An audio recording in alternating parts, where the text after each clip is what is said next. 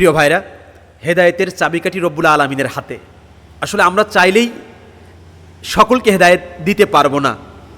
রসুল সাল্লাল্লাহু আলাইহি সাল্লাম পারেননি, কারণ আল্লাহ তাআলা বলেন এই হেদায়েতের চাবিকাঠিটা আমার হাতে, আমি যাকে হেদায়েত দেই সেই শুধুমাত্র হেদায়েত পায়। দেখেন, সকলে নামাজি হয় না, সকলে মসজিদে আসে না, সকলে কোরআন পড়ে না, সকলে নেক কাজ করে না, সকলে আমলে সলে করে না, কারণ এগুলো রব্বুল আলামিন যাকে পছন্দ করে, যাদেরকে নির্বাচিত করেন, তারাই শুধুমাত্র রব্বুল আলামিনের এই কাজগুলো করতে পারেন, ভালো কাজগুলো করতে পারেন, আমলে সলে করতে পারেন, দিনের পথে চলতে পারেন। প্রিয় ভাইরা, রব্বুল আলামিন আমাদেরকে তৌফিক দিয়েছেন, এজন্য আল্লাহ তাআলার কৃতজ্ঞতা প্রকাশ করি। আলহামদুলিল্লাহ, রব্বুল আলামিন আমাদেরকে দিনের পথে রেখেছেন। ঠিক সেরকম একটি ঘটনা, সঙ্গীত শিল্পী ও অভিনেতা তাহসান রহমান খান। এই তাহসান রহমান খান একজন সঙ্গীত শিল্পী এবং অভিনেতা। আমরা জানতে পেরেছি সে তার সঙ্গীত, এই গান বাজনা এটাকে ছেড়ে দিচ্ছে। আলহামদুলিল্লাহ, আমরা দোয়া করি তাহসান রহমান খানকে রব্বুল আলামিন যেন পূর্ণাঙ্গ হেদায়েত দান করেন।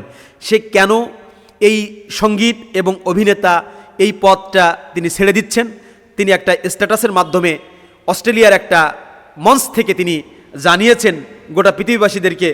স্ট্যাটাসটা এরকম যে তার মেয়ে বড় হচ্ছে এবং দাড়ি পেকে যাচ্ছে, তাই তিনি আর আগের মতো মঞ্চে লাফালাফি করবেন না। আলহামদুলিল্লাহ, আমার মনে হচ্ছে যে তার এই স্ট্যাটাস এটা প্রমাণ করে না যে সে মুসলিম হচ্ছে, এটা আমরা এখনও জানতে পাচ্ছি না যে সে এরা পরিপূর্ণ মুসলমানের অন্তর্ভুক্ত হচ্ছে, অথবা সঙ্গীত শিল্পী অভিনেতা এই পথটা একেবারে ছেড়ে দিয়ে সে ইসলামের মধ্যে প্রবেশ করবে, এটা আমরা এখনও পর্যন্ত ক্লিয়ার না।